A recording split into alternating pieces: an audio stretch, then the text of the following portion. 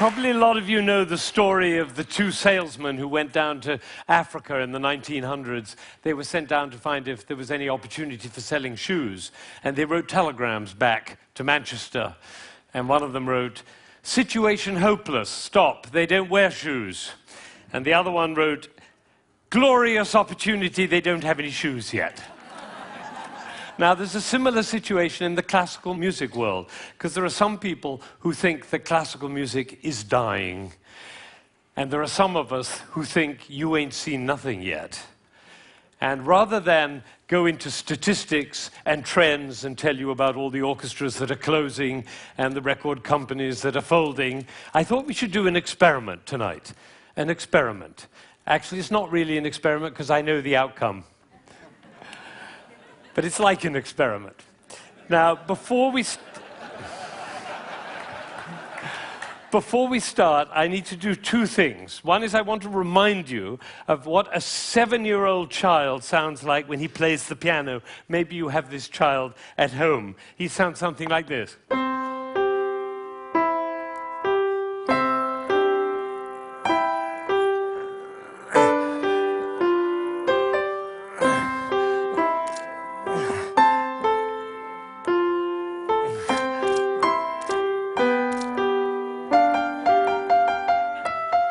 I see some of you recognize this child. Now, if he practices for a year and takes lessons, he's now 8 and he sounds like this. And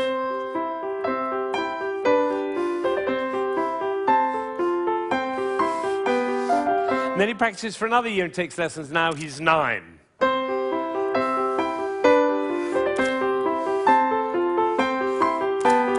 And then he practices for another year and takes lessons, now he's 10.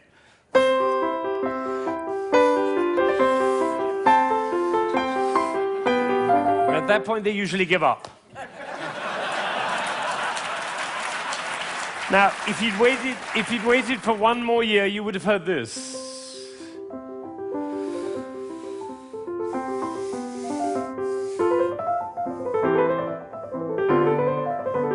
Now, what happened was not maybe what you thought, which was he suddenly became passionate, engaged, involved, got a new teacher, he hit puberty, or whatever it is. What actually happened was the impulses were reduced. You see, the first time he was playing with an impulse on every note. And the second, with an impulse every other note. You can see it by looking at my head. The 9-year-old put an impulse on every 4 notes. And the 10-year-old on every 8 notes. And the 11-year-old, one impulse on the whole phrase. I don't know how I got into this position. I didn't say I'm going to move my shoulder over, move my body. No, the music pushed me over, which is why I call it one buttock playing. Can be the other buttock. You know, a gentleman was once watching a presentation I was doing, and I was working with a young pianist. He was the president of a corporation in Ohio. And I was working with this young pianist, and I said, the trouble with you is you're a 2-buttock player. You should be a 1-buttock player. And I moved his body like that while he was playing. Suddenly the music took off. Took flight. There was a gasp in the audience when they heard the difference. And then I got a letter from this gentleman. He said, I was so moved, I went back and I transformed my entire company into a 1-buttock company. Now, the other thing I want to do is to tell you about you. There are 1,600 people, I believe. My estimation is that probably 45 of you are absolutely passionate about classical music. You adore classical music. Your FM is always on that classical dial, and you have CDs in your car, and you go to the symphony, and your children are playing instruments. You can't imagine your life without classical music. That's the first group. It's quite a small group. Then there's another group, bigger group. These are the people who don't mind classical music. You know, you come home from a long day and you take a glass of wine and you put your feet up, a little Vivaldi in the background doesn't do any harm. Right? That's the second group. Now comes the third group. These are the people who never listen to classical music. It's just simply not part of your life. You might hear it like secondhand smoke at the airport, but and maybe a little bit of a march from Aida when you come into the hall, but otherwise you never hear it. That's probably the largest group of all. And then there's a very small group. These are the people who think they're tone deaf. Amazing number of people think they're tone deaf. Actually, I hear a lot, my husband is tone deaf. Actually, you cannot be tone deaf. Nobody is tone deaf. If you were tone deaf, you couldn't change the gears on your car in a stick-shift car. You couldn't tell the difference between somebody from Texas and somebody from Rome. And the telephone. If your mother calls on their miserable telephone, she calls and says hello. You not only know who it is, you know what mood she's in. You have a fantastic ear. Everybody has a fantastic ear. So nobody is tone deaf. But I tell you what, it doesn't work for me to go on with this thing with such a wide gulf between those who understand, love, and passionate about classical music and those who have no relationship to it at all. The tone-deaf people, they're no longer here. But even between those three categories, it's too wide a gulf. So I'm not going to go on until every single person in this room, downstairs and in Aspen, and everybody else looking, will come to love and understand classical music. So that's what we're going to do. Now, you notice that there is not the slightest doubt in my mind that this is going to work, if you look at my face, right? It's one of the characteristics of a leader that he not doubt for one moment the capacity of the people he's leading to realize whatever he's dreaming. Imagine if Martin Luther King had said, "I have a dream." Of course, I'm not sure they'll be up to it.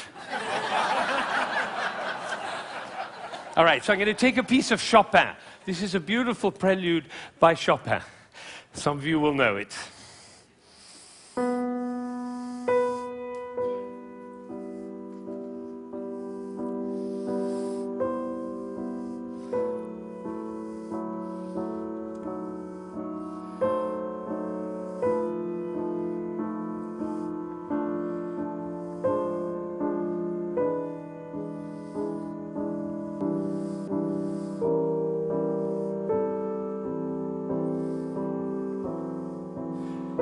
I think probably happened in this room. When I started, you thought, how beautiful that sounds.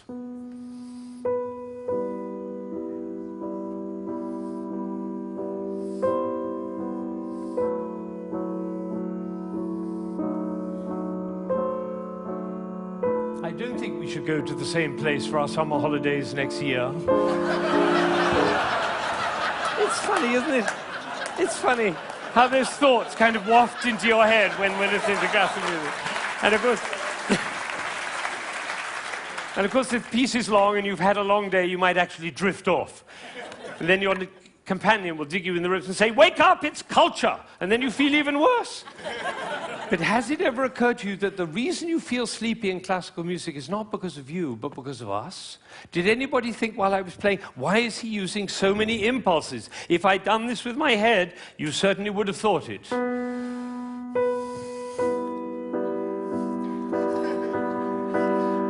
And for the rest of your life, every time you hear classical music, you'll always be able to know if you hear those impulses. So let's see what's really going on here. We have a B. This is a B. The next note is a C. And the job of the C is to make the B sad. And it does, doesn't it? Composers know that. If they want sad music, they just play those two notes. But basically, it's just a B with four sads. Now it goes down to A. And now to G. And then to F. So we have B, A, G, F. And if we have B, A, G, F, what do we expect next? Oh, that might have been a fluke. Let's try it again. Ooh, the TED choir. And you notice nobody is tone deaf. Is that right? Nobody's, every village in Bangladesh and every hamlet in China, everybody knows. Da, da, da, da, da. Everybody knows who's expecting that E. Now, Chopin didn't want to reach the E there because what will have happened? It'll be over, like Hamlet. You remember Hamlet, Act 1, Scene 3, he finds out that his uncle killed his father. You remember he keeps on going up to his uncle and almost killing him. And then he backs away, and then he goes up to him again and almost kills him. And the critics, all of whom sitting in the back row there, they have to have an opinion. So they say, Hamlet is a procrastinator. Or they say, Hamlet has an Oedipus complex. No, otherwise the play would be over, stupid.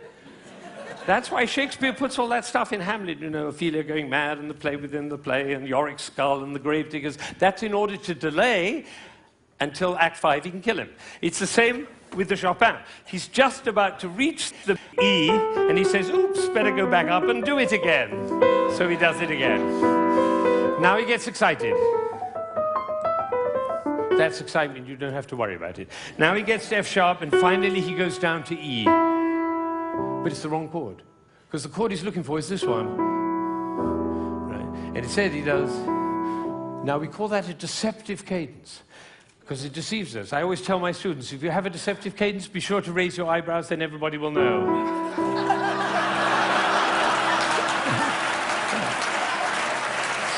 All right. So he gets to E, but it's the wrong chord. Now he tries E again. That chord doesn't work. Now he tries E again. That chord doesn't work. Now he tries E again. That doesn't work. And then finally,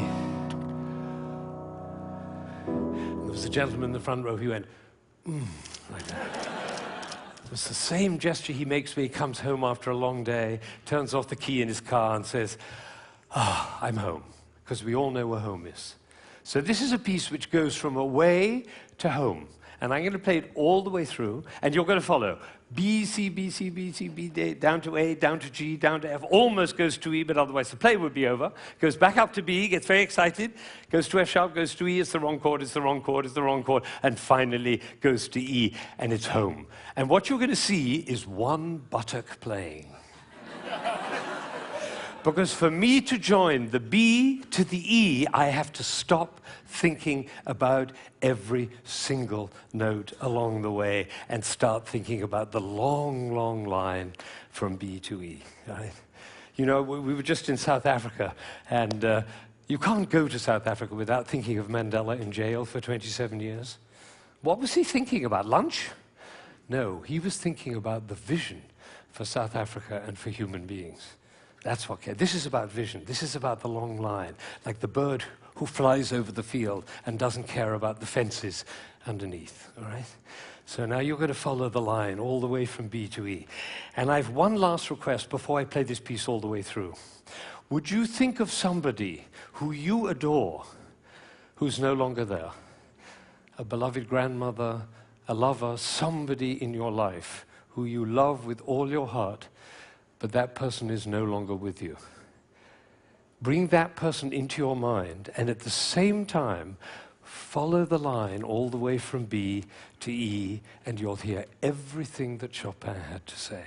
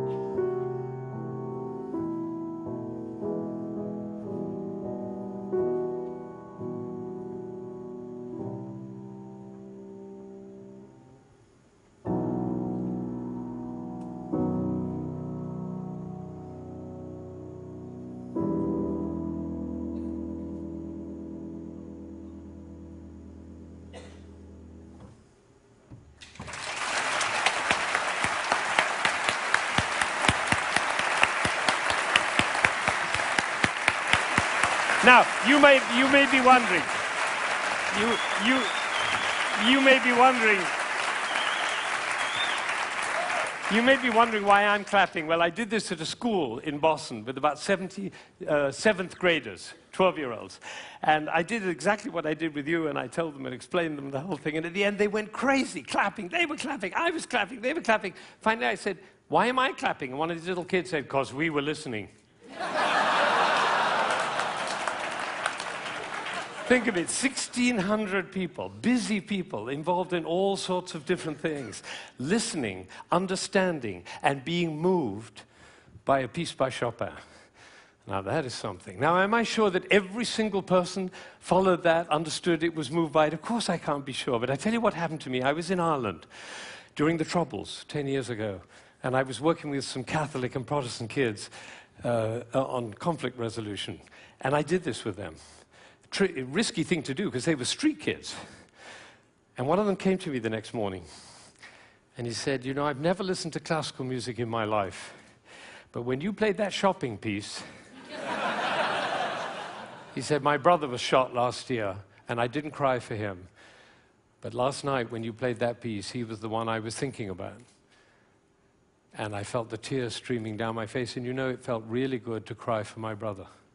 So I made up my mind at that moment that classical music is for everybody. Everybody. Now, how would you walk? Because you know my profession, the music profession, doesn't see it that way. They say 3% of the population likes classical music. If only we could move it to 4%, our problems would be over. I say, how would you walk? How would you talk? How would you be if you thought 3% of the population likes classical music? If only we could move it to 4%. How would you walk? How would you talk? How would you be if you thought everybody loves classical music? They just haven't found out about it yet. See, these are totally different worlds. Now, I had an amazing experience. I was 45 years old. I'd been conducting for 20 years, and I suddenly had a realization. The conductor of an orchestra doesn't make a sound. My picture appears on the front of the CD. But the conductor doesn't make a sound. He depends for his power on his ability to make other people powerful.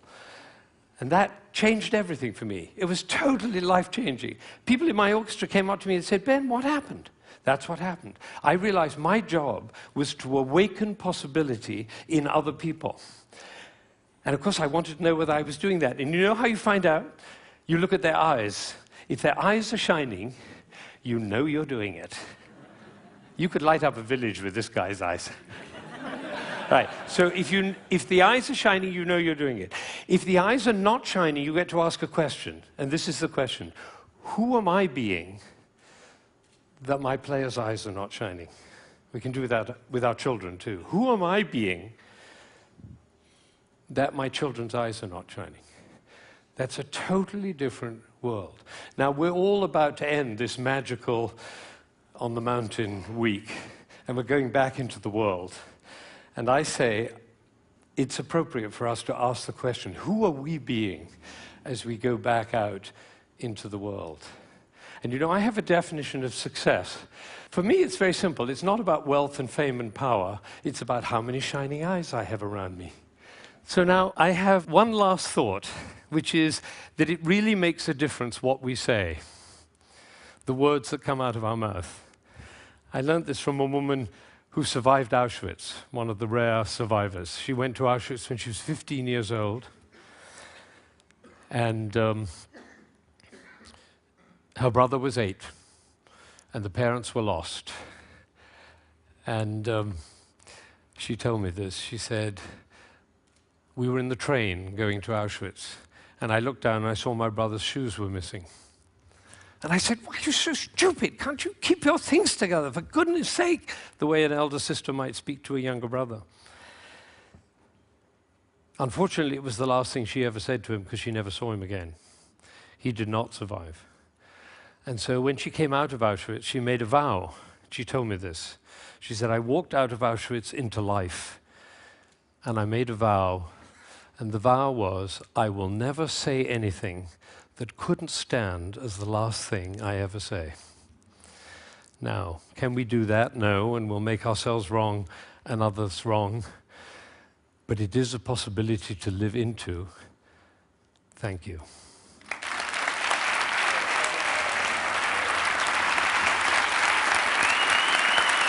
Shining eyes. Shining eyes.